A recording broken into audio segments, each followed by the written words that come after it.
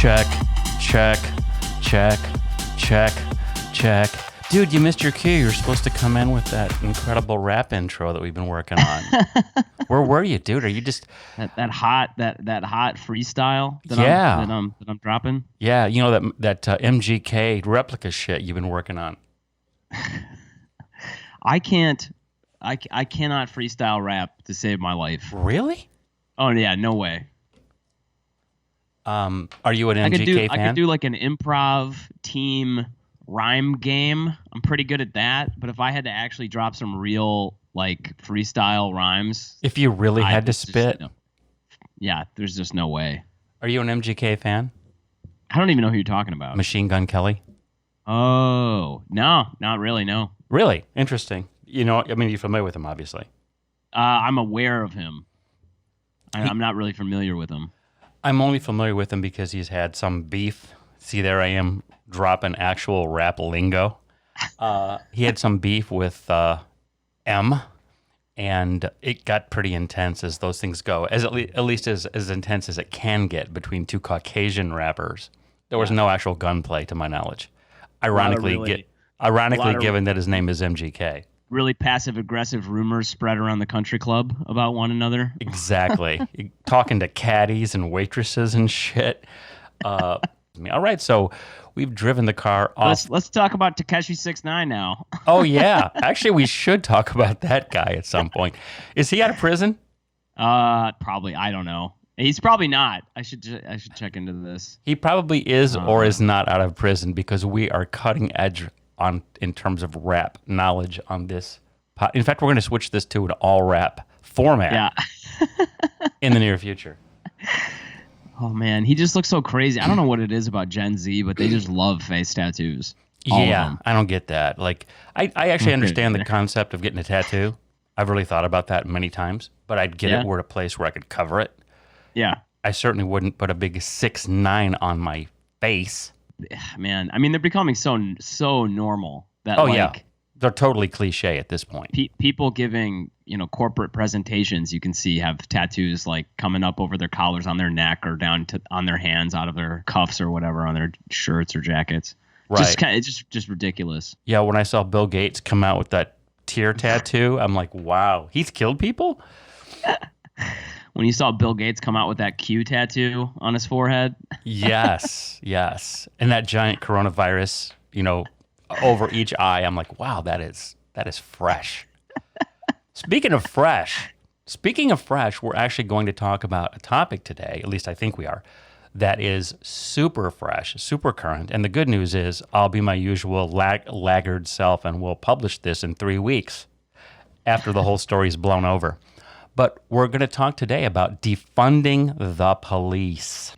It's impossible to consume any of the media that I consume normally lately without being exposed to or talking or hearing people talk about defunding the police and what that would look like and why that's a topic, why that's a good idea, why people think that's a good idea.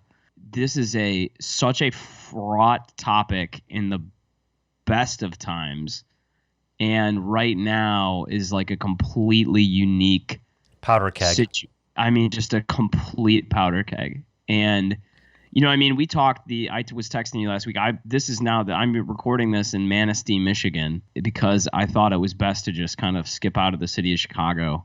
Just let me briefly describe my experience, because there's a couple things that I think are actually meaningful and potentially relevant to this conversation. The first part is that the city of Chicago is still protesting. It's been 8 how long days. has that been? Oh my gosh, is it? Wow. Yeah. And the city of Chicago is still protesting. Largely after about day 3, maybe day 4, the protests, just the amount of violence and ne'er-do-wellism dropped significantly. But in the first few days, it truly got kind of scary in the city of Chicago. I mean, it didn't just get kind of scary. It got scary. There was a lot of, scary to the point where like me and a lot of people I know were all listening to the police blotter, trying to figure out where people were. Where it was going down. Yeah, where people were looting or smashing windows, or in places that were only within a block or two of where I was staying in Chicago in What? Lincoln Park. Is that close to you? Yeah, got like their window smashed in. Where I mean, mostly these places are like liquor stores and Oh, well, then that's places okay. like this. While this was going on, I mean, every place that was open, every store boarded up their doors, boarded up their windows. There was a quote I heard that said, if you live in a major city, this was a few years ago, if you live in a major city, the effects of the 2008 recession have largely unaffected you. If you lived in New York or Chicago or LA or Seattle for really the past 10 years, your life hasn't really changed that much. It's really, you've more or less missed out on the giant crash in '08, and the recovery in those cities was pretty quick. But it hit me in spades, and I was like, this city looks like Main Street America now. Like, it looks like every small town that I've been to in the Midwest has boarded up windows and empty stores, and that's all you see now riding around in my neighborhood in Chicago. And the same is true really in New York, which is just a lot of places were closed and boarded up and had like, cages over the windows and stuff to prevent people from breaking the glass and looting and things like this. So it was really scary for a few days. And then it largely became really peaceful in the sense that there was the big reports of like people confronting the police and stuff really dropped off after about day 3. But for 3 days, it was kind of a really eerie, like we could hear explosions going off at night. There were helicopters all over. You could hear police sirens all night long. It was really a pretty eerie for a while. Yeah, I can't even imagine that. And it's interesting because to take the story back even further, you left New York to escape coronavirus. Yeah, I'm like a 2X refugee. Yeah, now you've escaped Chicago to get away from the riots and whatnot, and this is just the most extraordinary time of my life by far. And again, I'm twice as old as you are, so and so I think the contrast and what we're experiencing right now for me is much more extreme than it is for you, because I had this big block of my life, most of my life, where I was trying to think like, what's the craziest thing that ever happened in my life, on a scale comparable to what's going on now with these things that are now happening like once a quarter or once a month. Mm-hmm. It would be the assassination of people. There were assassinations that happened when in my youth, like Martin Luther King and the Kennedys. Yep. But I was too young to or the landing on the moon. Literally, those would be the things. There was no social. Certainly there was no pandemic, and there was no social chaos on a scale like we're experiencing right now, other than, I guess, the Rodney King aftermath in Los Angeles, which would have been like 1990 something, early 90s. Yeah, but also that was pretty localized, wasn't it? Yes, that it was. Yeah, it was. Yeah. No, it was nothing like this. No, this is actually global now because, there's stuff going on in Europe relating to this. Berlin, Amsterdam, Paris, London. Right. It's crazy. Yeah. The protests that have really taken off globally about this. Yeah, this is really extraordinary. And it's funny because a friend of mine from college, a guy named Pete Dugood, he posted something on Facebook, I think it was yesterday or the day before, and he was on Michigan Avenue and driving, obviously, and I think he was near, what's the name of that mall, Water Tower? Yeah, Water Tower Plaza. Yeah. Spectacular Sunday morning in the Windy City, and the image was all these super high-end upscale boutiques and whatnot that were boarded up. Oh, yeah. On the Miracle Mile in Chicago. Yep. What we really want to talk about today is just this narrower concept within that larger context of the idea of defunding the police. This is something that has been talked about now it predates this specific event we're dealing with right now, but it really has never been talked about on a scale like this until now, at least to my knowledge. And I believe yesterday, I think it was, Minneapolis or some governmental entity within Minnesota or Minneapolis voted. And apparently, 9 of the 13 people who voted, or 9 of the 13 people who were eligible to vote, voted in favor of defunding. Oh, yeah. And I think, again, this was actually yesterday. We're recording this on Monday, June 8th, 2020. So I think this was Sunday, June 7th, 2020. There's one quote I want to look for here in these notes that I took because it really hit me kind of hard. And it's in two different places here where the guy said, oh, here it is. He says, this is Jeremiah Ellison, a member of the Minneapolis City Council, said this. We're going to dismantle the Minneapolis Police Department. And when we're done, we're simply not going to glue it back together. We're going to dramatically rethink how we approach public safety and emergency response. Yep. There's another quote in here that I read that I want to also toss in here. We are committing, here we go. This is Council President Linda Bender. We are committed to dismantling policing as we know it in the city of Minneapolis and to rebuild with our community a new model of public safety that actually keeps our community safe. And then in response to what I said, there's this. That's not the answer, said Gwen Gunter, a retired lieutenant of the Minneapolis Police Department who's also a member of a Black Police Officers Association. There's a part of me that hopes they do succeed because I want to see how long it takes before they say, oh no, we need a police department. So I think there's a lot more to be said here, but I wanted us to give at least a little bit of a framework before we just started talking about our personal views of this whole thing. And I would add one more thing, and that is from doing this quick research that I did, one of the things that's talked about a lot is the difference between defunding and disbanding. And disbanding, yeah. Right, because I think... By the way, the two quotes you just read are just to reference the source. They're both from a New York Times article about defunding the police. So that distinction needs to be made first, and I mean I think once it's said out loud, it's obvious the difference because of I think I had not encountered the term disbanding before doing this quick research, and my personal reaction to the word defunding, ignorantly, was they're just going to eliminate the police department. Was that your reaction to it as well? Well, when I first heard it, yeah. It's interesting. John Oliver did a report about this on Last Week Tonight over the weekend.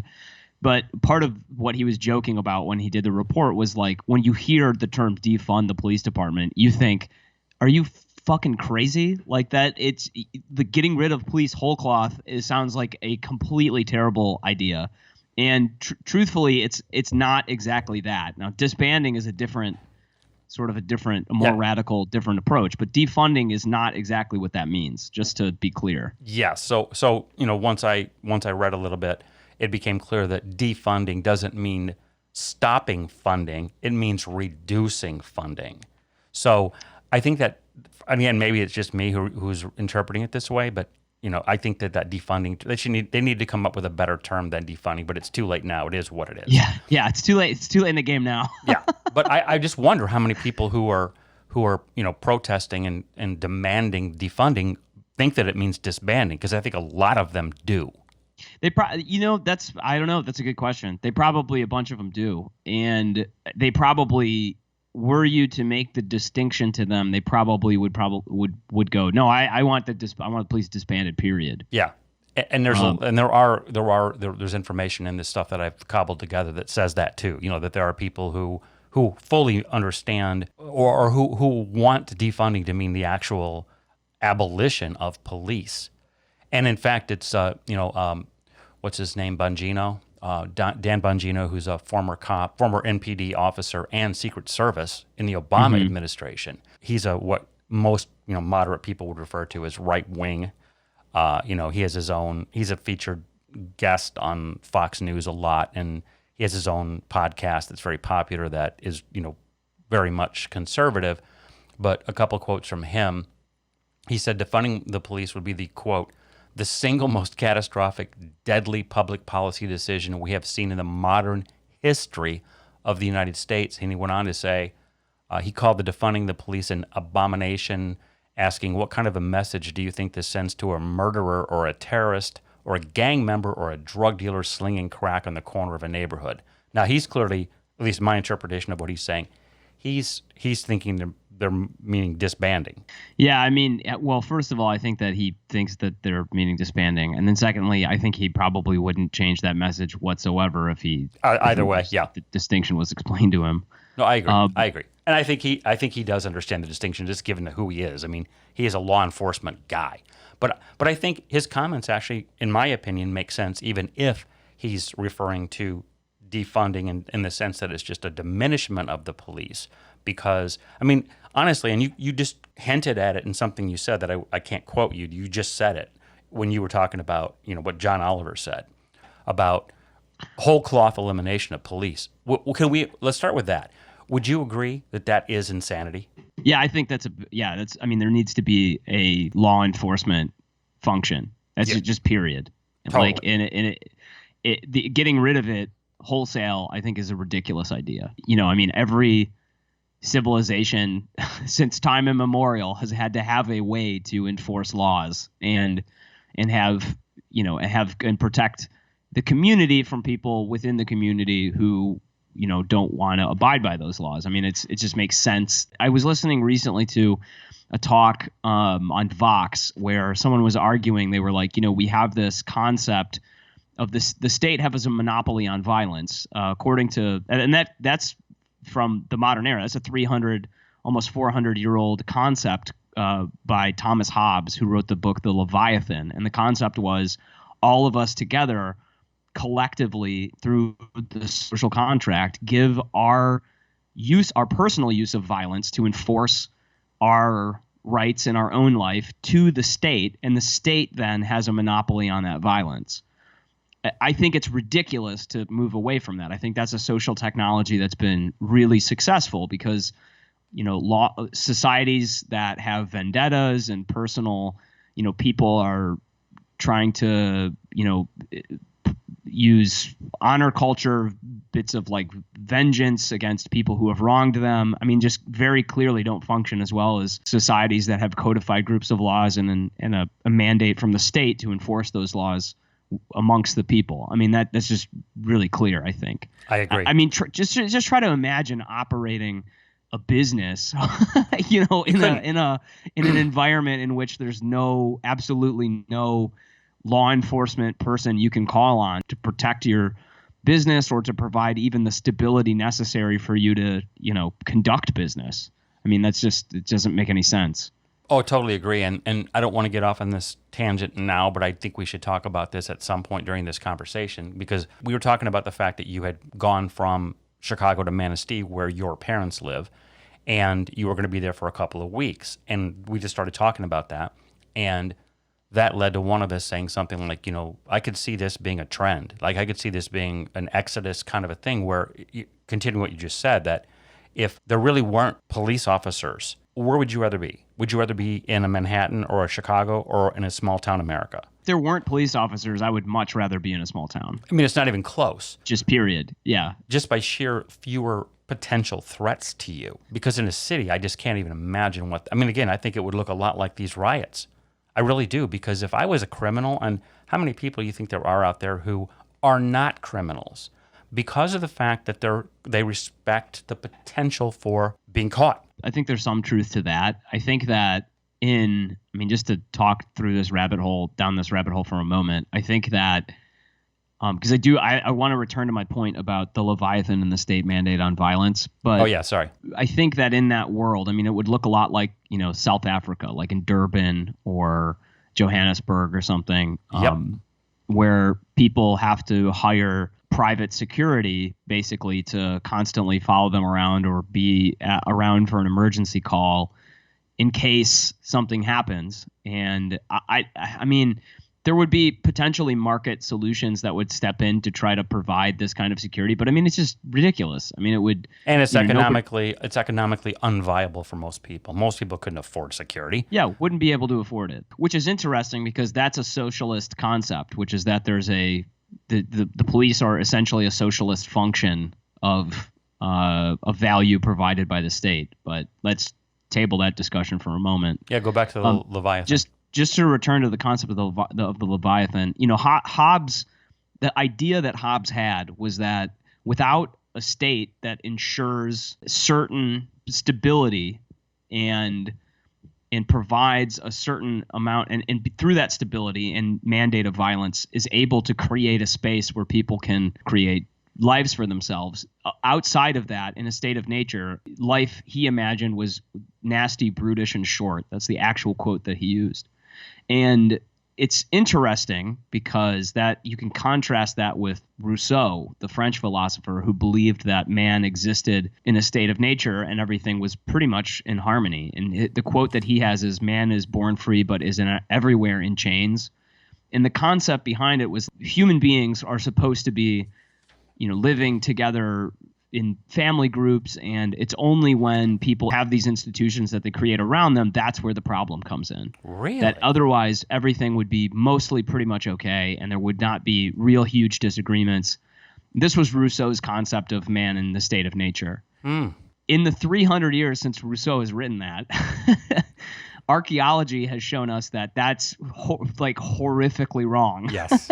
Like human beings are way closer to Hobbes's conception of in a state of nature than Rousseau's. Like, human beings are very happy in a state of nature to kill each other, take each other's shit, plot against one another.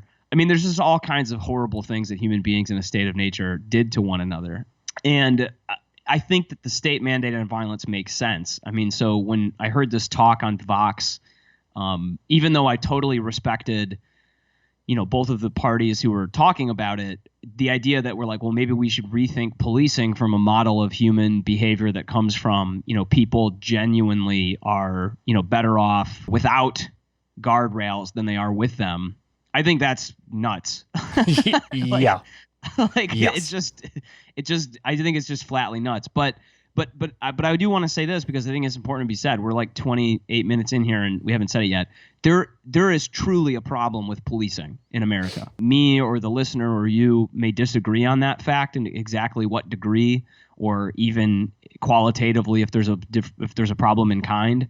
But truly, I really think there is a problem with policing in the United States. What people are talking about when they're talking about defunding it, they're trying to reimagine what a potential police force looks like, what a policing community force looks like. I heard a police I think it was the police chief from the city of Dallas was addressing the protests, and he was talking to news outlets, and he basically said, look, I mean, the police are in a really hard situation because everybody calls us for everything. He's like, everybody calls us for everything. If a guy comes into your house and pulls a gun and holds your family hostage, they call the police. If two people are having trouble in a parking lot because a guy has parked behind them and they can't get their car out, they call the police.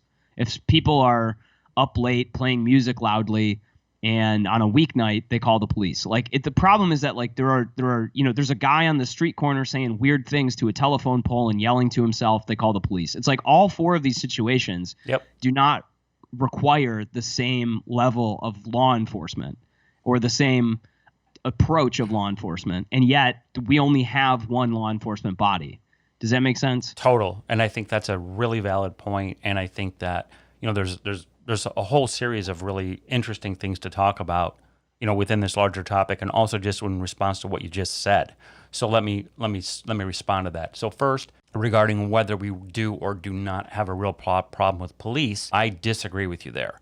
And in fact, I'm going to read a quote here from another thing. This is from the New York Post from 2 days ago.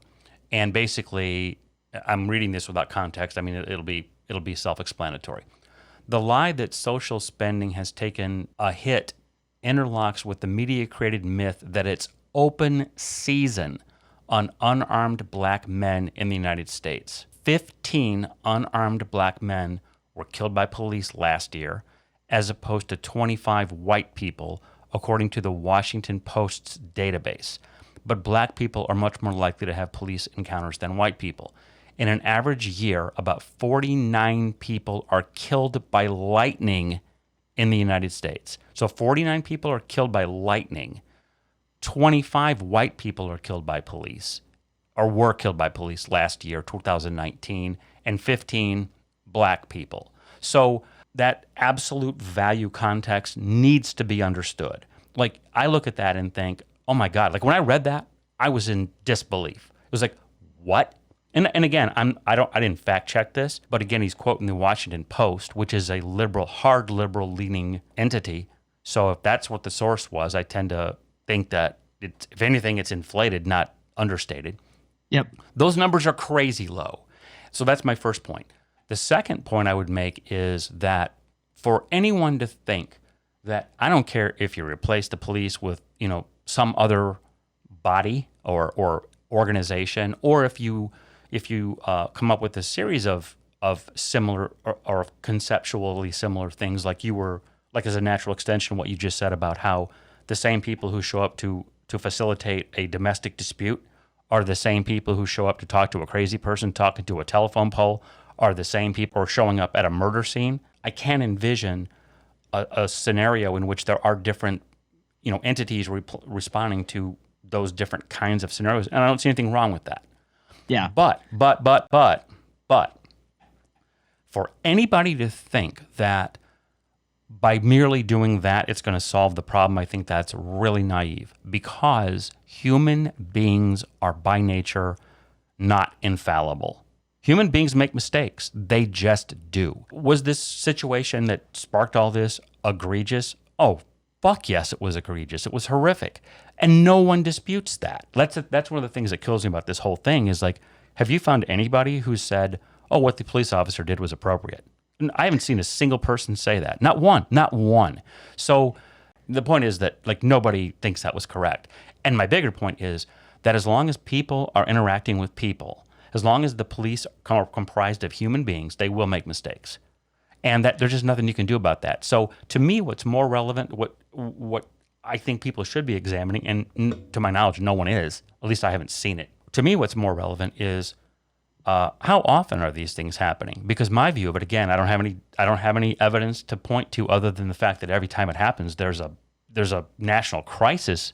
These things used to happen more frequently than they do now. To me, that's just the bottom line. It's like, that's my number one analysis point is 10 years ago, how common was it that a police killing of a person of color that was controversial? I think there were many more 10 years ago or 20 years ago than there have been in recent years, because it seems like every time it happens, like there was Michael Brown, which, Oh yeah, Michael Brown was 5 years ago. There was a whole bunch that happened 5 years ago to get this. Yeah.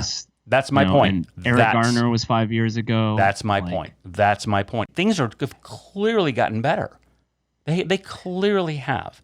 And yet, this one incident, and I'm not saying this is just the only one, I'm not saying that, but given the way that the media and the powers that be seize on these opportunities to make these into huge stories, if something else had happened, I think we'd know about it. And so I think the trend has been clearly in the right direction. So if things had been just escalating and getting worse and worse year after year, and more people being killed in suspect or clearly outrageous circumstances, then I would understand the current state of things. But that's not what's happened, and that's because of the stoking of the media and the whole narrative and all that shit that I don't even want to get into that, because we talk about that seemingly every show. My point though is, if you just look at the statistics and the rates of occurrence, I mean, do you agree or disagree with what I'm saying? And do you agree or disagree with my point that doesn't it seem like it's happening a lot less? I don't know. I mean, I think that you and I are probably going to be on different sides of this, because I think that, I guess there's a handful of points I feel like I kind of want to make. One is that I really don't know if the trend is in the right direction. That actually doesn't matter, in the sense that I really feel like this has shown me, unless everybody in this country feels that they are part of a community, and that community has their best interests in mind, and that includes policing, and it includes policing that they feel they can trust, meaning if I have a problem, I can call a police officer, then something needs to change. Until that is the case, I don't think anything is going to improve, period. Just end of story. I've been having a lot of conversations with my black friends since this has happened, because I think that I've been sitting on one side of this camp, kind of even maybe refusing to truly believe that the situation between communities of color, between black communities and the police are maybe as bad as they really are. Because a lot of my friends have told me, they're like, oh, dude, you don't ever call a police officer. Like, you don't ever call one. It is a last resort in the black community. You try to solve everything up and until you can't for some reason, and then you call a police officer. Even Bill, I talked to recently, who was guest and friend of the show, and he's even thought before do I want to call the police on this situation? Because the police might show up and think I'm the problem rather than the guy who's calling. And I just can't even, if you're in a situation in which you feel your safety is threatened, even trying to make that calculation is nuts. Like we can't, people shouldn't have to think those things if someone's trying to, break into their home or if they feel unsafe in their car because there's a group of people threatening them in a parking lot. And more often than not, I think Black people and people of color really have to do that mental gymnastic. And I think that I've refused, not like aggressively, but just I've refused, I think, for a long time to believe that is the case, because that really, if it is, then I feel like I have a responsibility in wanting to change that, because I have friends who are, Black people and want to feel and want to live in a country in which everybody feels included. And I think that actually is the case, which is, just to sum this all up, because that was a long diatribe, but I really think that until everybody feels that they are equally cared for, supported, and protected by the police and are not the target of that, then we have a problem that we need to solve collectively. And I don't disagree with that. I really don't. I don't think that's unreasonable. But there's just so many questions inherent in that in terms of reality versus perception. Mm-hmm. Don't get me wrong. I'm not saying that I think what you just said is not accurate. I'm not saying that. But what I am saying is that some of it, I think, is probably a bit exaggerated. And I mean, also, I think it's important for me to say this, because I'm sure anyone listening to this at this point probably views me as, even though I'm choosing my words very carefully, clearly, I'm leaning harder right than you are, and I know that I am. But it's important to note that I've had some very unpleasant interactions with police. I think I told you this story about how I was attacked by a cop in New York. Oh, yeah, that's right. Yeah. So I need to tell this story because it's important for anybody listening to this to understand that I'm not just somebody living off in the suburbs who never deals with the police, because I've had a few incidents that were disturbing. So I'll tell you two. There's this one. I was in New York for my birthday. My ex-girlfriend just decided to buy tickets to New York to go for my birthday. And so we went there. And this was in the immediate aftermath of the hanging Chad election results, if you recall that. Oh, my God, yeah. And so here we are in Times Square. Jesse Jackson was speaking in one part of Times Square, and I don't recall who the other person was. Someone on the other end of the political spectrum was speaking also in Times Square at the same time. And this is like 5 o'clock. And the date was my birthday, December 4th of whatever that year was. I have no idea what the year was. 2000 or something? I mean, it was crazy dense with people, because it was because there was a buzz in the air about this whole topic.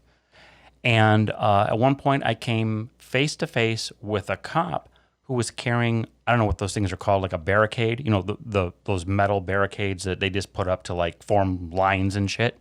Oh yeah, yep. They're pretty substantial, but for a strong man, they can pick one of those up and carry it 20 feet. So this guy's carrying this thing, this barricade thing that's probably like 3 or 3.5 feet tall, and probably like 8 or 10 feet long. And I come face to face with him, and it's in the middle of a crowd. I mean, it is like you're having to adjust your path every 2 steps to avoid colliding with somebody. It's that dense with people.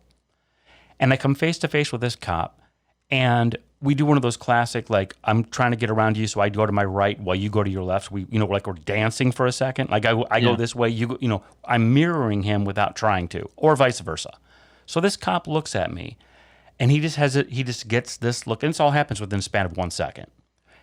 He gets this look. He thinks you're like trying to block him. He thinks I'm fucking with him, and I'm absolutely not. And he takes a half step back and comes at me with the end of that barricade and hits me square in the chest with it. Jeez. Hard. I mean, it hurt. And it didn't knock me down. It it staggered me. And here's my, 5'2", 95-pound Russian girlfriend who is right there. She's freaking out. The guy drops the barricade. He hits me with it, drops it, comes at me. And I'm like, what the fuck am I going to do now? Because if this cop does something, I mean, I have been raised, and I will go to my grave. My whole approach in dealing with cops is respect. I will never, ever, ever, under any circumstance, including the one I'm describing, I would never do anything to escalate. So I'm backpedaling as he's coming at me, and it was like he just suddenly came to his senses. And he just, like, he maybe took 2 steps at me, stopped, turned, and then very hastily disappeared into the crowd. And I still recall there was a black man who must have been 70 years old, who ended up right next to me at the end of that. And he's like, oh my God. He goes, if you want to press charges, let me know. I got his badge number and I saw the whole thing. Yeah. And I said, sir, thank you for that. I really appreciate it. I want nothing to do with that. I just want to go get the fuck out of here, go back to my hotel room and pretend this didn't happen. And that's exactly what we did. We literally walked from there. Our hotel was like right on Times Square. And so, I mean, we just spent the rest of the night just talking about what happened. It was just crazy. And then the other much shorter story is I got pulled over speeding, I don't know, maybe 10 years ago or 8 years ago. You know, the cop had parked behind me and he was getting out of his vehicle. And I was going into my glove compartment to get my credentials, you know, my proof of insurance and whatnot, which is where I keep that stuff. Yep. And we were just at that point in history where, you know, that started to become an issue about, you know, don't reach for anything with a cop near you because they might, you know, all that. That was still new to me, and I wasn't thinking like that. So I'm leaned over, I'm going, and then I hear like a megaphone, and he's like, "Sir, you know, put your hands on the steering wheel or whatever." I mean, he was telling me to stop doing what I was doing, so I did. And he came up on me, and he was just furious. He was just furious. He's like, you have any idea how easy it would have been for me to just shoot you? And so he's like, and you know, this is he was in his car, and you went for the. Yes, he was just getting out of his car as I did it. So he didn't reach back in and grab that thing you talk into. But I looked back, and I mean, he had his hand on his gun. He didn't pull it out, but he had his on the holster. So my point is, it's not like I've had no interactions with the police. Plus, in my youth, I was fucking crazy in terms of criminal behavior. And so I've had a whole bunch of incidents with police because of that. So I've just had a lot more experience with the police than most people my age who look like me. I mean, I would say also, just to add 2 other things to this. One is, you remember the story about me in Washington, D.C., where I had the M16 pointed at my face by a cop? No. Did I not tell you that story? Never told me that story. Oh, man. I was climbing a tree during the rally to restore sanity on the National Mall. And I was up in the tree, and it cleared out. The concert ended, and people were leaving, and I was still up there. And a guy in the tree who was not a member of my group, I just didn't know him. He was just some guy in the tree, had a pocket knife, I guess, and he carved his initials into the tree on the Washington Mall, which is apparently a felony. A group of police officers rolled up on, it was me and my friend Chuck Kovalik up in the tree, and then this guy who we didn't even know. And they came up with, M16 machine guns. And they were just like, get out of the fucking tree, like screaming. Wow. You know, get the fuck down right now. And so we were like, whoa, holy shit. And I thought, oh my God, something's happening. Like, I thought like, oh no, like there's a terrorist attack or something, because that's how serious these guys were. So I jumped out of the tree, turned around because I thought something was going on like behind us with the way these guys were. And it looked like you were running. Yeah, and the guy was like, get on the fucking ground. And I turn around, and he's got his machine gun in my face. Like, he's going to... Wow. I mean, like, I say in my face. I mean, he's probably like 12 feet away from me. But my brain went, this guy's about to kill me. Like, that's what I thought. And so I jumped on the ground. I just threw my hands up and basically jumped on the ground. And then these guys came over and patted me down. And then I stood up. Or they like basically were like, stand up or get up. And I was like, okay. And I stood up and just kind of without thinking started to put my hands in my pockets. And the guy pointed a gun at me again. He goes, get your hands out of your fucking pockets. I mean, they pinned this dude down and they started saying like, who's got the knife? And Chuck and I are like, what are you talking about? Like, we don't have a knife. And this one guy's like, I have a knife. I have it's like a Swiss Army knife. And they pinned this guy to the ground. We're just standing there for what seemed like an eternity. And finally, this police officer came over and he's like, you got any weapons? You got any drugs on you? And I was like, no. Like, no. And he's like, you guys high? Are you drunk? And I'm like, no, we just came to watch the concert, you know? And he's like, all right, beat it. And then like basically told us to leave. And that was probably the most frightened I've ever been dealing with the police. I say that story real quick, and then I say, you remember my dad's story, which we won't recount on this podcast in gross detail, but he also got arrested by the police once for fishing without a license and was handcuffed and shackled to a wall in a jail cell. That really happened to my dad for fishing without a license. No, I do recall that story, actually. So let's cap our stories by saying we've had some experiences with the cops that haven't been all positive. And I have sympathy for him in the sense that, like, my mother used to work for the Southfield Police Department. Yep. And she did. Yeah, she did. And you know, these are a lot of these guys and girl, I mean, these men and women are under a lot of stress. They got to handle a ton of shit. They have to handle every situation like we described earlier. A lot of them, truthfully, don't actually get paid enough. Some of them get paid a ridiculous amount of money, like really well, which is a whole other problem in its own sense. And a lot of them don't get enough time off. They don't get like they encounter a lot of really disturbing things that they might have PTSD for that goes undiagnosed and undealt with. And I think a lot of them psychologically break down into one of two profiles. They're either people who truly want to help other people and want to and really are there to serve and protect. And then there's a second group of dudes, some of whom I knew in college who wanted to become police officers, who are just total dicks. And they just wanted to be able to put a badge on and go, okay, now nobody can fuck with me. And I think that's part of the problem, is that psychologically this job draws to it a group of people that are actual assholes, some of them. And by the way, just to say this, is like, I've had bad experiences with the police. I've also had good experiences with the police where I felt like that guy was on the ball. He's a great police officer. He was kind and respectful and was just being like, dude, I'm here to lay down the law and this is how it's going to be. But I say this all to say this other point, which is that when I talk to my black friends about their experiences, what I tend not to hear is either one, many very good stories about like a good police officer who did something and really helped out, but two, a lot of what, you know, here's an example of a bad story, but like in spades, where it's like the police officer suspected they were criminals from the beginning, or they hassled them for no reason. You know, they're standing around on a street corner and a bunch of cops come over and like, what are you guys doing? What are you up to? Like, suddenly they're being treated like criminals when they haven't done anything. And I believe them. I believe that's true. And I think that part of what I think is the problem here is that are groups of cops. There are cops who really don't see people of color as members of their communities, and don't process them that way when they have to deal with them. And I think that if I lived in a community in which I never thought the police ever had my best interest at heart, and I mostly live in a community where I think most police don't do a great job, to be perfectly honest, I think that I would find it really difficult to ever trust them. Does that make sense? It does. And again, I just, you know, there's just always the thought I have of difference between perception and reality. And I just want to throw this stat in. This is another thing that I discovered this morning. This is from New York Post. It says, by more than a 2-to-1 margin, Black Americans support the police, and 60% of Black Americans want more police hired, according to a civics poll published by Vox this week. Didn't you tell me? I'm not familiar with Vox. Isn't Vox a left-leaning thing?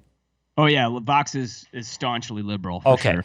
So, according to a poll published by Vox, 60% of Black Americans want more police hired. So why don't you reconcile everything you just said with that? Yeah, I think that it's funny because when I talk with I don't think I can answer for the black. Well, black community, of course you can, but I'm just saying, give me your theory. But my theory is that, just based on conversations I've had with my friends, I think that a lot of what happens in communities of color is a weird. It's almost like a too much and not enough. Let's give a specific example. So some of the stats, and I don't have them on the top of my head, but some of the stats from the New York stop and frisk policy is really fascinating because whether or not that's constitutionally legal, which it isn't, the disproportionate number of stop and frisks happened in to black people and in communities of color throughout New York. So you look at the stats for like the Bronx and Brooklyn, stop and frisk is like way higher than it is on like the Upper West Side of Manhattan. Now, some of that you could say is just like, look, those are communities that also have a higher crime rate. I would agree with you. But it's like they don't demographically. If it was random, meaning the police are actually just randomly stopping a cross section of those communities, they would have more, white people being stopped and frisked than they did, meaning it's a disproportionate. Yeah, I get you. I understand. Yeah, skewed amount. So that's, I think, a specific example, which is like, look, so when it comes time to police just show up and show that we're powerful and that we're on top of this community and we're the ones in positions of control and power, it's a too much. And then when it comes time to actually, like, look, 70% of murders in Chicago are unsolved. I mean, I know it's not the same. I'm using two examples from two different cities, but part of the issue you have there is the sheer number of murders. I mean, even if you've got great police, I mean, the number of people killing each other in Chicago is insane. It's crazy. So you can't, that's just kind of a simplistic analysis, but let's not even debate that. We shouldn't, I don't think we need to devote any more time to that, but I'm not even sure we've addressed the point we started, that we set out to address. I mean, we got into basically a more specific discussion of, policing and the issue between the, black community and police. Let's get back, because I don't think we're going to devote another show to this. Let's get back to just we say that now. Yeah, well, that's true. That's true. But let's take a good swing at an honest attempt at addressing what we really set out to address here, which is, defunding the police. Do you think it's a good idea? I mean, and let's assume defunding means what we now know it means, which is devoting less resources to police, and I guess coming up with alternative solutions. But I did find it interesting, and there's a quote in here where one of those Minneapolis city council members said, "I don't know what we're going to do, but we'll figure it out." That was the gist of it. It's like, we're going to go ahead and vote on this, but we really don't know what we're going to do. I thought that was kind of a classic example of political expediency. It's just like right now, this is what the politics of the moment demand. Yes, yeah. Demand. This is how I can seize the moment for my point of view. Yeah. Yeah, I think that I really hope that there's more thought put into this, because I think some of these ideas in terms of defunding are actually pretty good. Like, I think that I don't disagree. The best arguments I've heard for it, and these came from discussions I heard on Vox also, were there are groups of police that ought to be for, serious, life-threatening, someone is breaking into my place. There are drug dealers on the corner. Like in France, actually, here's a good distinction, or in England, there is a distinction between beat cops or like normal police and then like serious police. In France, there's a group of police which is just la police. If there's a problem, you call the police. But most of the problems that you call when you call the police are things like there's a crazy man talking on the corner. Then the second tier of police in France is called le gendarme, and those are more like the state police. Like the state police, so normal police in France, they don't really normally carry guns on them. They have access to them in their patrol cars if they need to, but they mostly walk around like bobbies in England with like a club, and in case they ever need it. But it's more like just like a symbol of their policing authority. If they need to, they can call more serious police like the gendarme, and those dudes are like military police, kind of like they show up and they're like, I've got a machine gun to like handle this problem. And the two are very separate, because it's like, obviously you just don't, a guy rolling up on a park with a machine gun is going to disturb everybody, right, and not really solve the problem of the people. And I think that like that makes sense to me, is like, look, let's maybe defund one area of those police and then take some of that funding and put it towards a second tier of police that are, let's say, less confrontational and less foreboding of a presence than the police in riot gear tend to be. Yeah, I agree with that too.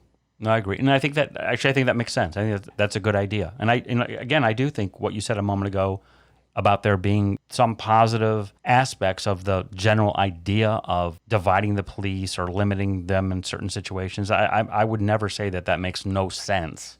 But to do anything that significantly reduces the protection of the general public is crazy. Is just crazy, especially in today's environment. I just think it just is. And I understand that lots of people who would hear what I just said and say, no, now is the time to do this. Now is the time to de-escalate. And I do think it is the time to de-escalate, but I don't think it's the time to leave people vulnerable, because I think that would be just a disaster. Because when you see the ease with which the large-scale looting that happened in various places, like I'm sure you're familiar with some of the stuff that happened in New York.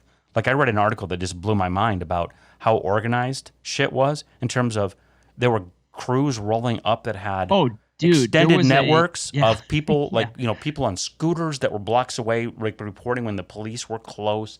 And I mean, it was like a very professional, highly professional and coordinated effort to, in one case, steal, I don't know how many $1 million worth of Rolexes. That was one example I read. Yeah. First of all, let me tell you this, and I'm not going to lie to you. I know you really well, and I wasn't like really happy about this topic.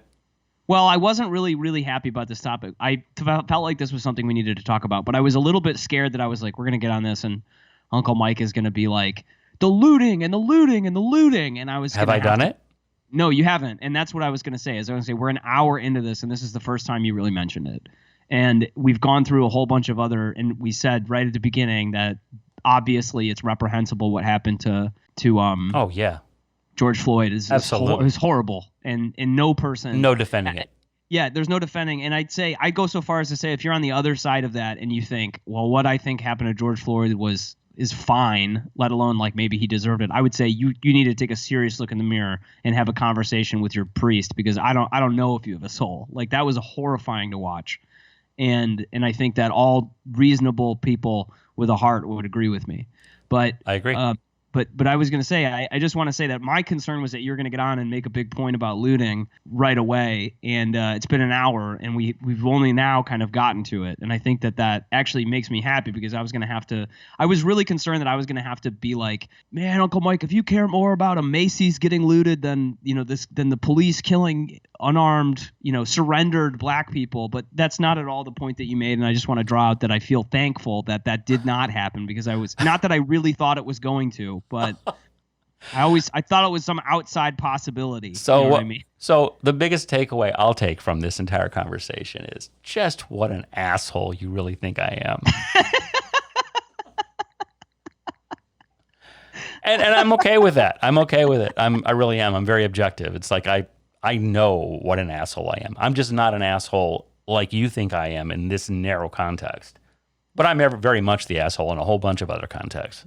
I just think that, and just to speak to the point about looting and how serious it was like there was a bunch going on, around us in Chicago. And I'm sure you saw the videos of Minneapolis that have come out in the last 24 hours. Oh my God, man. It's just, it looks like Beirut. Like, yeah, it was a serious issue. Like there was very coordinated looting that was going on, where like there was a like a U-Haul that got driven up to this Target in Chicago, and it just was crazy. I mean, like, I don't know if this is true or not, but there was some report that they had gone into the Lincoln Park Zoo and let out a bunch of animals. Yeah, I heard that too. I don't know if that really happened or not, but that's the other thing, is it's kind of hard to tell what part of this was just people making shit up on Facebook just to advance an agenda. Yeah, exactly. It's kind of hard to tell exactly what the case was, but yeah, I mean, I think defunding the police whole cloth or disbanding them is nuts. But I mean, part of the issue in terms of disbanding, the only argument that I heard for it was that it's not that there would be no police law enforcement mechanism, period. It was just that a lot of the issues that they're having, like in Minneapolis, are that this bad apples argument keeps getting made by particularly conservative pundits. But they say things like, well, there's just a handful of bad apple officers and things like this. Well, the part of the issue is that if that's true, we actually can't get rid of them, because the policemen's union has put such a Byzantine process together that just firing them is not really a possibility. Like, even the chief of police in Minneapolis sued his own police department to try to reform it and couldn't do it, because that's how powerful the legal counsel for these people is. That's a very fair point. And of all the points that can be made on the other side of the ledger, I think that's one of the most powerful. That makes total sense to me, that is the case.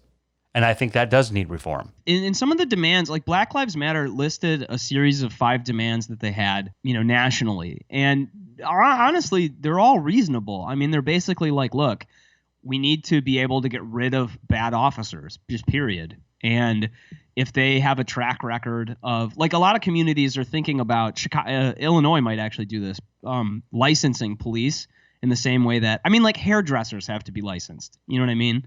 Like you have to have a license to operate a vehicle. You would have to be licensed to be a law enforcement officer, and the state can revoke your license at any time. Black Lives Matter is calling to have a civilian review board to be able to bring cases of officers that need reviewed to to some public administration that can then revoke the officer's license to enforce law. And I mean, that works for lawyers, that works for hairdressers. I got no problem with that. We're in this moment right now where I think that a lot of people, are willing to entertain new possibilities about this, because I think, honestly, everybody is fucking tired of this. I think no matter where you are in terms of your political compass or spectrum, like, unless you, for some reason, are seriously desiring of a chaotic, country to live in, I think we're all pretty tired of this. Like, I would like to see communities that feel safe and protected by police who are members of the community they're protecting and who are happy to protect and serve and who aren't scared of or antagonistic towards their own, neighbors. And I think that that's not an unreasonable thing to ask. It's not, but I also think that, there's a whole lot of other stuff that I can say on the other side of that, I don't really want to get off into it, but I'll just give you one. And that is, I don't disagree with anything you said. But I'm so fucking sick of seeing people stand in front of a cop and like scream, "You motherfucking pig," kind of things. Yeah, I don't think that's helping anybody. And there's such a level of disrespect that I see for police, and I just don't think it's I don't think it's even close to warranted, because there's various entities that do surveys annually about the most and least trusted and respected professions, and police, I believe, was number 1 or 2. Oh yeah.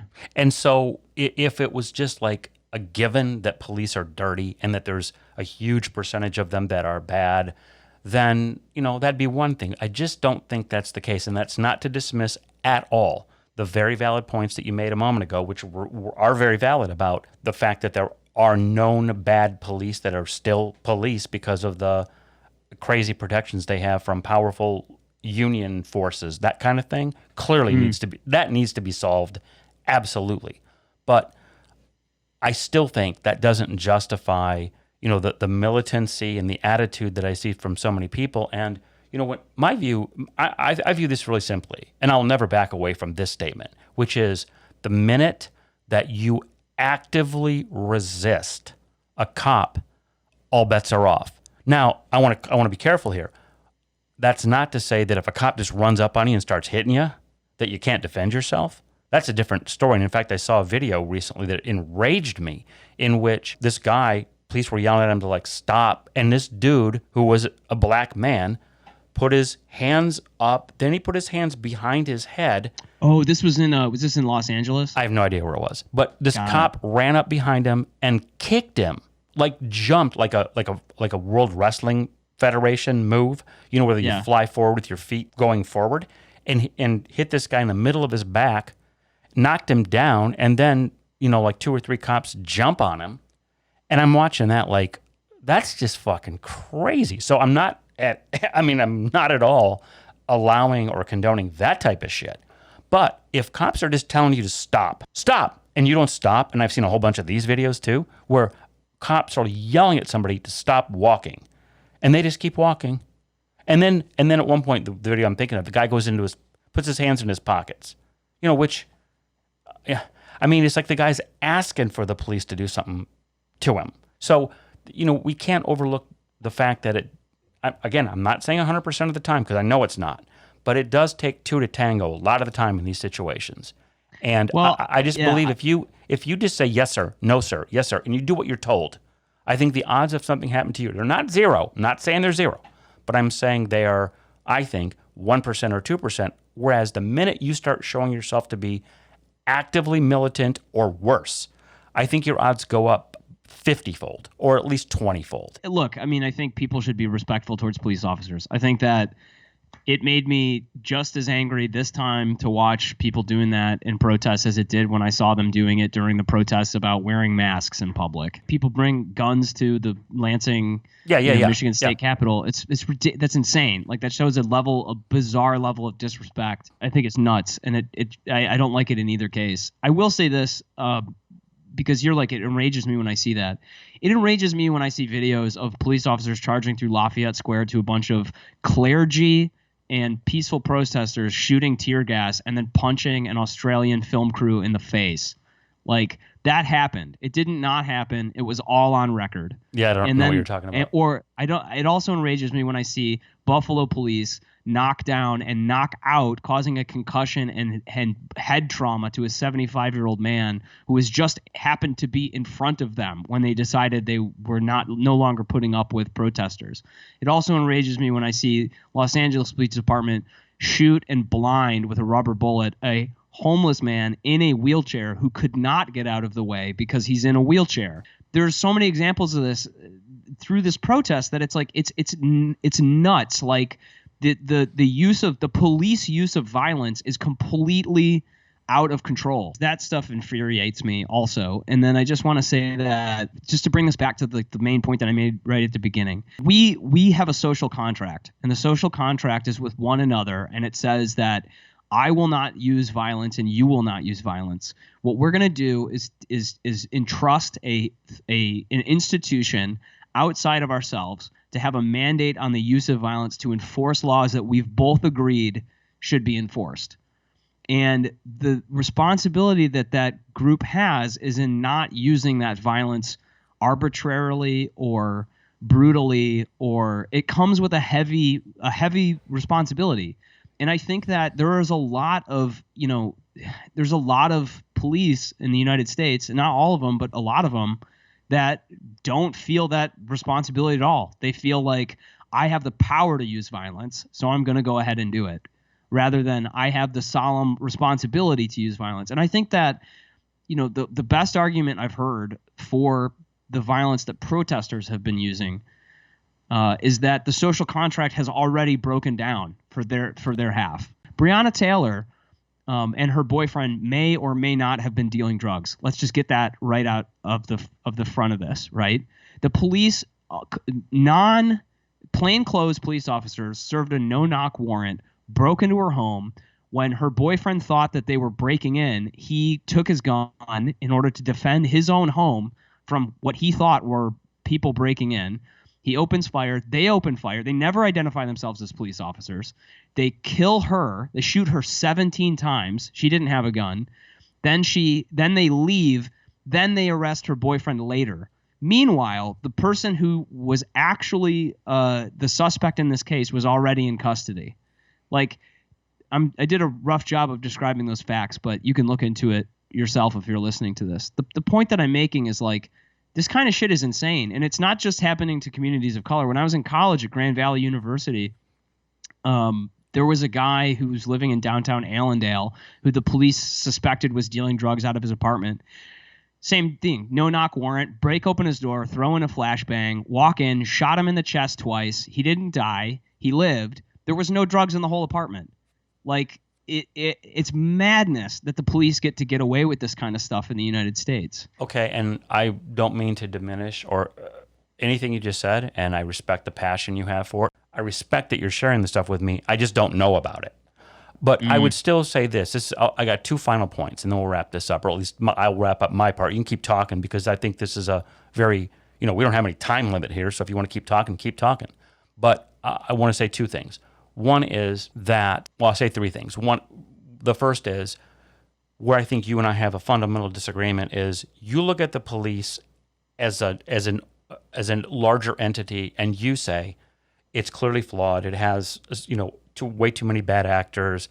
There's some percentage of those people that in your heart are bad. And I don't disagree with any of that. Where I think we'll disagree is, you think that percentage is, I don't know, I'll guess for you. You think that percentage is 20%. What do you really think it is? I don't know. You have to answer. You have to answer me. Just answer me. Don't think about it. Yeah. Just answer. 10 to 15%. Okay, that's fair. I agree with I agree with the basic principles of what you're saying, but I look at it and say I think it's more like 3 or 5. I'm not saying that's acceptable. I'm not saying that that's nothing. I'm just saying there's a big gap between 5 and 15. Yeah. Okay, so yeah, that's huge. I mean, 3x. Yeah, no, it's a huge difference. Second is, okay, so what's the answer? Because I think the real root problem we have here is human nature. And we can get rid of these humans that we have in that capacity right now. And I'm skipping past the things like, there shouldn't be police union protection of bad people. I agree with that. Let's forget that for the moment. I'm just saying the real issue is people.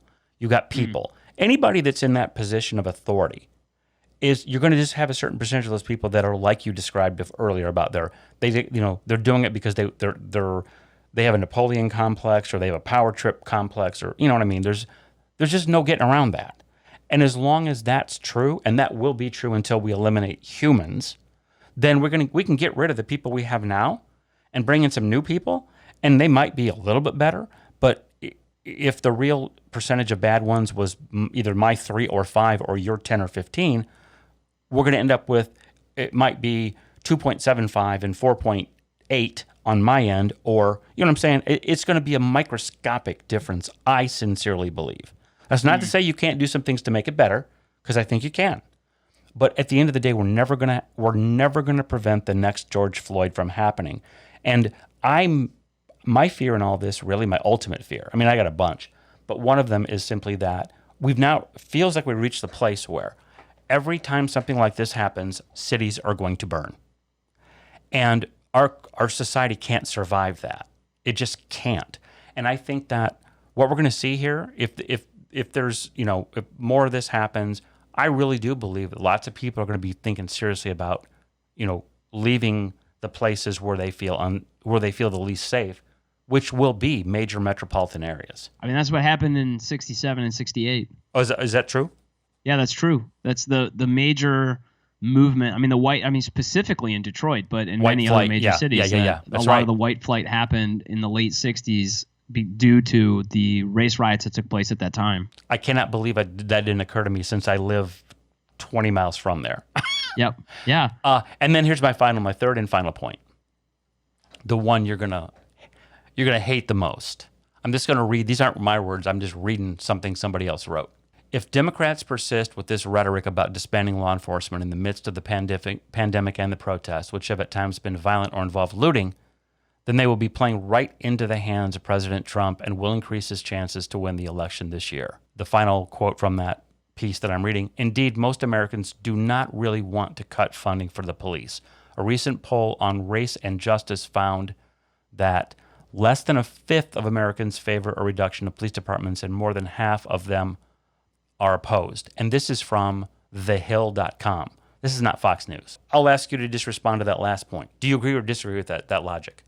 Yeah, actually, I think it's black and white. I think it's clearly correct. I actually do agree with it, unfortunately. I think that part of it is just because the terms defunding the police sound so politically nuts. Yep. No, it's heavily politicized, right? It's heavily politicized. And this is another one of these things that we should talk about, actually, maybe in the next episode we're going to record later this week, because in the last, really since Christmas, haven't been outside of a major city. I've been in either New York or in Chicago. And I haven't, and even at Christmas, I drove up to Manistee. I drove back to Chicago. It really wasn't, we barely went anywhere and did anything. But driving out of the city of Chicago in order to come up to Manistee really was pretty strange, because as soon as we left Chicago, I was like, I feel like I'm in a different country. Like, I feel like I'm in a completely different world. That in the city of New York and in the city of Chicago, the pandemic is real. It's affecting people it affects your life. You got to stay inside. You got to avoid other people. You got to wear a mask. Everybody is wearing masks. Everybody is washing their hands. And now there's protests going on. You can hear them. You can see them. You hear the stories of people talk about things that you were even maybe around for, or were either witnessed yourself or you arrived moments before or after it happened, and in your mind you know the reference of like things that they had to deal with the police, and you see the protests, you hear the gunshots, all that kind of stuff. I go outside of the city of Chicago, completely different planet. I mean, 30 minutes outside of the city of Chicago, we stopped in St. John's, Michigan to grab lunch. Nobody was wearing masks. Nobody was social distancing. In the city of Manistee, there was 11 cases of coronavirus, but there hasn't been a single case here in the last month. So for all intents and purposes, the city of Manistee is fine. You don't have to wear a mask around. You don't have to take precautions because nobody in this town has it. Nobody has had it in a month. Until you came rolling in carrying the virus. Until I came up. Yeah. So the point that I'm making, though, is like something really struck me, which is kind of disconcerting, actually. Like, and I said this to my friends who I've been talking to in the last week about this, which is that, if I didn't know any better, if I never visited a major city or hadn't really lived anywhere else, and this was I only lived in Manistee, I probably also would think that this is all made up.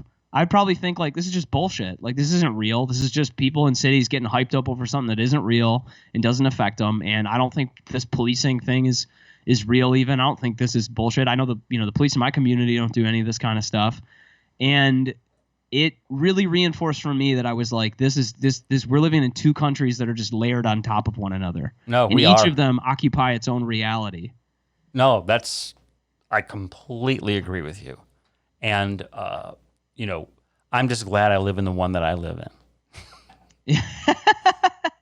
Because it's not that bad over here. It's not. And it's like, these masks are bullshit. And I got no issues with the cops at all. Yeah, like it's weird because you think, in a city like Manhattan or Chicago, the $1,200 check that the U.S. Department of Treasury issued to you is like that barely lasts. I mean, that don't even cover rent in New York.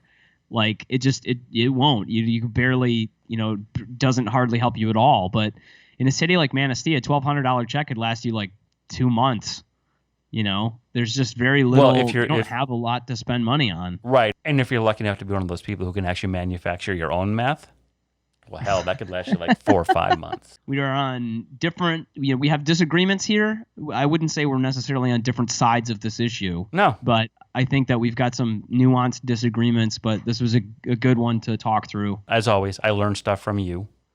And at least you learned that I'm not the complete asshole that you clearly thought I was. Oh, man, I was really scared at the beginning of this. I was like, Uncle Mike is going to be talking about, I'm so afraid he's going to be talking about the looting being the worst part of this. Like, oh, man. Well, I don't want to continue the conversation, to be honest with you, but I do think the looting was absolutely atrocious, insane, because these are just two different issues for me. There's the issue of what happened to this poor man who was murdered by a cop. Black and white, he was murdered. Absolutely. Completely inappropriate. That cop should fucking hang literally in a public square. That's what I really think. Okay?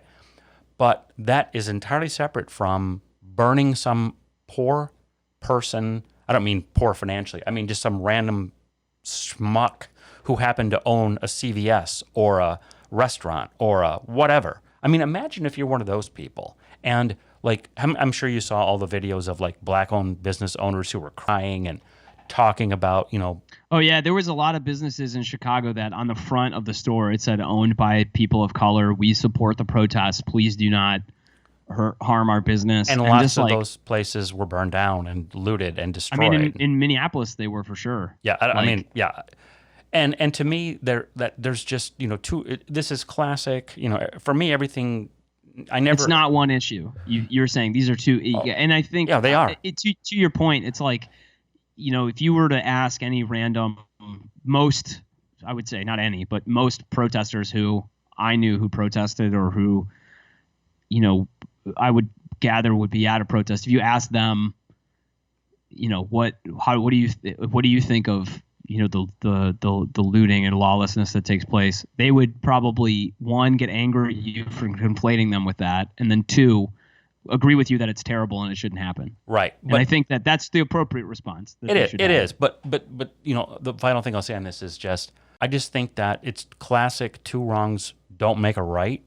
And again, I'm not trying to say that one human life is worth less or more than the collective destruction that was done to all these innocent people. But it does trouble me when I see the ease with which how many people just brush past the impact of that looting on how many innocent people. And not just that, but like, there's implications that go on for a lot longer than it seems. It's like I personally have no interest in going to visit any major city right now. I'm not saying I was going to anyway, but I mean, it's like, and what it does is it makes me feel like, I'm really glad I live where I live. I really am. Yeah. I mean, I'm gonna arm myself to the teeth. I've already picked out the guns I'm buying, and I'm being very serious. I can tell you the model number. It's a Remington V3 TAC 13. Look it up. It's like I'm not into guns at all, but look at this shotgun, dude. Watch the videos. It's like something out of a Schwarzenegger movie. It's an automatic shotgun. Yeah. Where you literally, this is as many times you can pull the trigger. That's how many times you. Semi-automatic. Yeah, semi-automatic. Exactly. So nobody has them. You can't buy it. You cannot buy a semi-automatic shotgun anywhere in the world right now. They're all bought. Yeah, they're all sold out. They're basically. all sold out. Yeah. You're good luck. Yeah. Well, this has been a very interesting conversation, and again, thanks for thinking I'm such a dick. But I do appreciate the fact that you felt it necessary to share that with the world, and I'm going to leave it in there just for fun, so I can reference this on my deathbed when you're coming to visit me. Brendan, do you remember back in June of 2020? And I told you I was leaving everything to you. Oh, man. But anyway, all right. This has been a good talk. Yeah, stay safe, man. And if you're listening to this, to Uncphew, please stay safe in your communities and go listen to go listen. Go have a conversation with somebody you might be afraid that you're going to have a disagreement with. You might be surprised. That's good advice, dude. That was a good point to end on. So thank you for listening to Uncphew. We really appreciate it, and I echo my nephew's sentiments. Please stay safe, and let's try to fix this country somehow if we can.